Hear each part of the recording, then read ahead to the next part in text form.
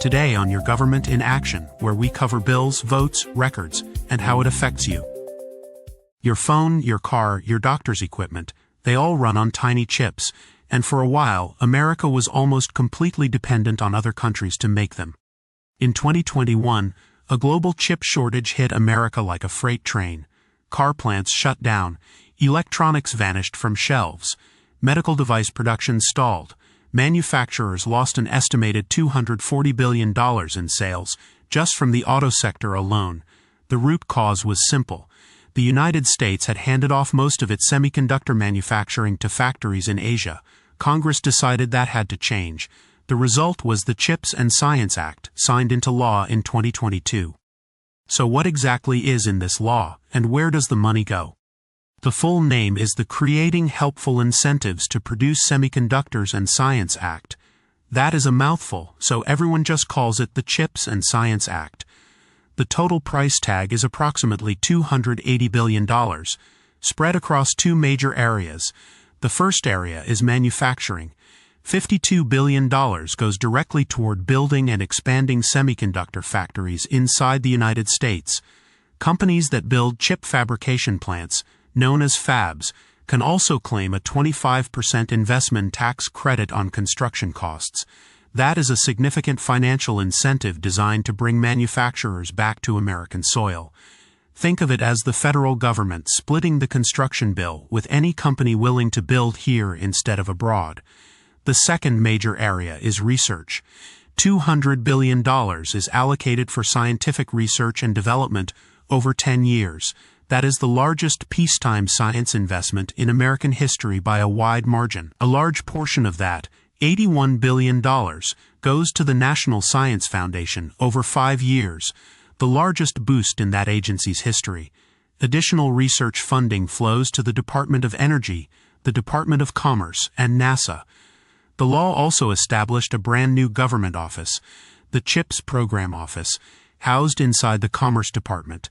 That office is responsible for handing out the manufacturing grants, reviewing applications, and making sure the money goes where Congress intended. The law includes restrictions, too.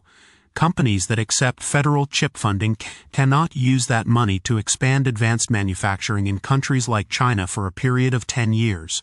The law was designed to rebuild domestic capacity while also keeping sensitive technology out of the hands of foreign competitors. Now let's look at how this bill actually made it through Congress, because the path was longer and more complicated than most people realize. The push for semiconductor legislation started years before the bill was signed. The chip shortage of 2021 made the problem impossible to ignore. Car companies were publicly warning about production losses. Consumer electronics were backordered for months. Hospital supply chains were under pressure. It became a visible, tangible crisis that both parties had to respond to. And critically, it was not a crisis caused by some sudden catastrophe. It was the result of decades of American chip manufacturing quietly moving offshore, leaving the country dependent on a handful of factories located mostly in Asia.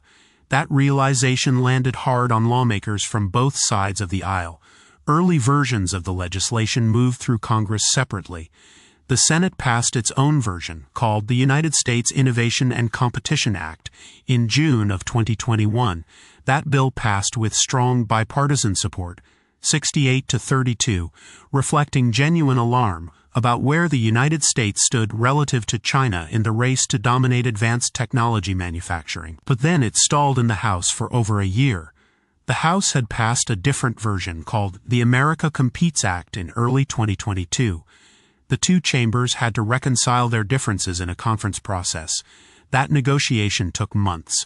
Lawmakers had to agree on funding levels, research priorities, which agencies got money, and how strict the guardrails on foreign investment would be.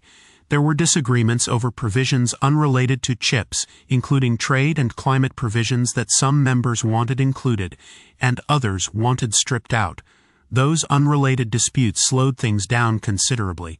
Behind the scenes, semiconductor industry executives, university research leaders, and defense officials all lobbied for the bill to move. The national security argument was particularly powerful. Military systems, guidance computers, communication satellites, and surveillance equipment, all depend on the most advanced chips. Relying on foreign manufacturers for those components was increasingly seen as a strategic vulnerability. By July of 2022, conferees had reached an agreement. The final legislation stripped out some of the more contentious trade provisions from the House version and kept the core semiconductor and research funding intact.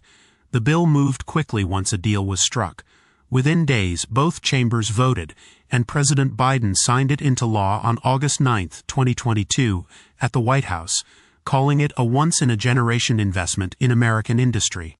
Now let's look at exactly how Congress voted, because the numbers tell an interesting story.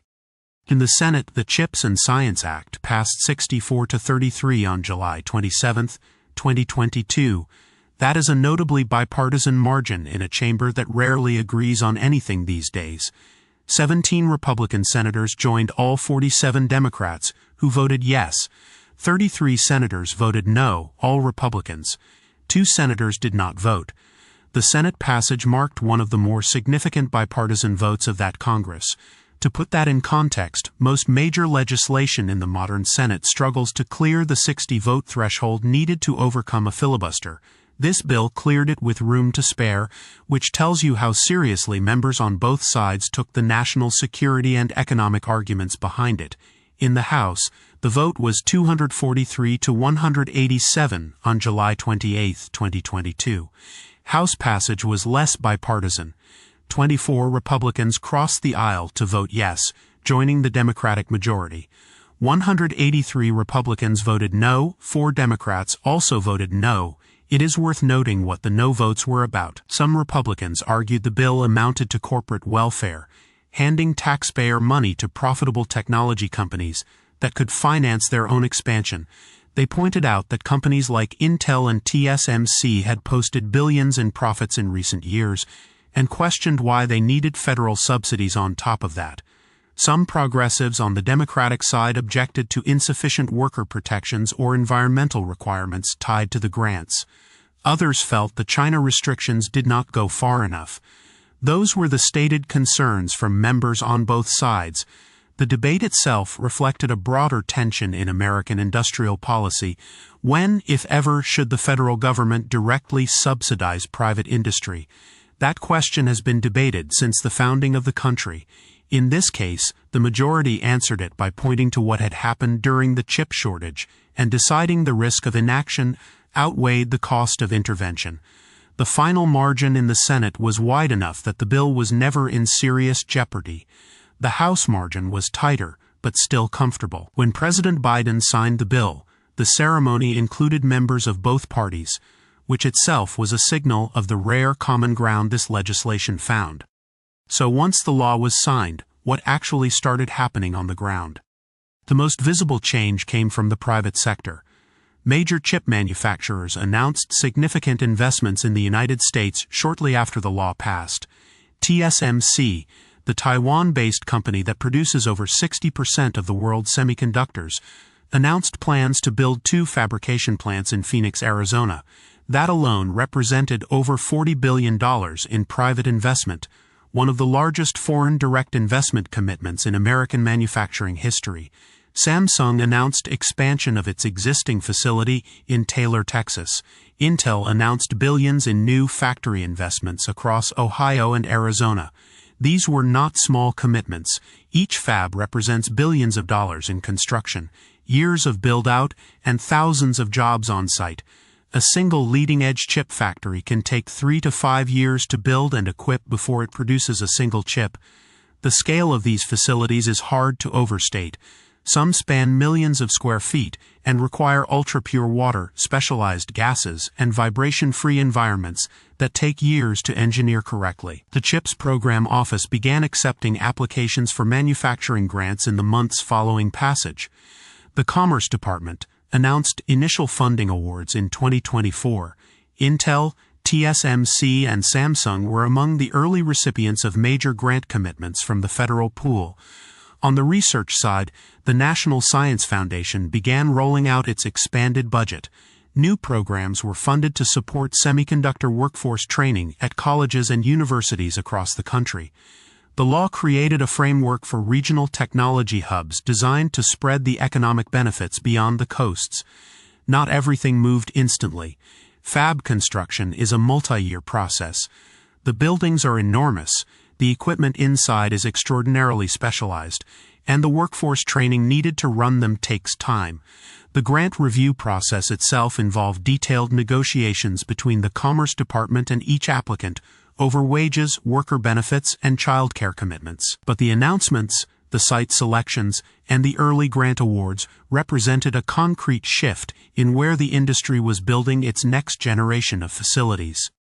All of that is the policy side, but here is what it means for you personally. Semiconductors are not something most people think about until they disappear. But they are in nearly everything. Your smartphone has billions of transistors on a chip smaller than your fingernail. Your car has hundreds of chips controlling everything from your brakes to your fuel efficiency. Pacemakers, insulin pumps, MRI machines. All of them depend on chips. Even the appliances in your kitchen, your refrigerator, your dishwasher, your thermostat increasingly rely on semiconductor components to function. When the supply chain broke down in 2021, the wait time for a new car stretched to months at some dealerships. Prices on used cars spiked by 30% or more in some markets because new inventory simply was not arriving. Medical device manufacturers had to delay production runs and prioritize certain equipment over others. Factories that made everything from washing machines to gaming consoles had to slow or halt production lines because they could not source the chips they needed. The economic damage from that one disruption ran into the hundreds of billions of dollars across multiple industries. The CHIPS Act was designed to reduce that vulnerability by building more of that supply chain inside the United States. If a geopolitical crisis disrupts chip production in Taiwan or South Korea, having domestic fabs means American factories have an alternative source. That reduces the risk of the kind of shortages that cost consumers and manufacturers so heavily in 2021. On the job side, a single semiconductor fabrication plant employs thousands of workers directly, including engineers, technicians, and construction workers during the build phase. The surrounding community typically sees growth in suppliers, restaurants, housing, and services. Economists who study manufacturing clusters point to this multiplier effect as one of the most consistent benefits of bringing large industrial facilities to a region. The law also invested in training programs so that the American workforce has the skills those plants require. Whether you work in manufacturing, healthcare, technology, or transportation, the chip supply chain touches your industry. Most Americans never heard of the CHIPS Act, but its effects show up in the prices you pay, the products you can buy, and the jobs available in your community. This law was built around making that supply chain more resilient and more American. The CHIPS and Science Act represents one of the largest industrial policy investments in modern American history. $280 billion aimed at rebuilding the country's ability to make the tiny components that power nearly every piece of technology in your life. The Senate vote was 64-33. The House vote was 243-187. The factories are being built, the research funding is flowing, and the stakes are clear. Chips are infrastructure. Subscribe to Your Government in Action for more breakdowns like this.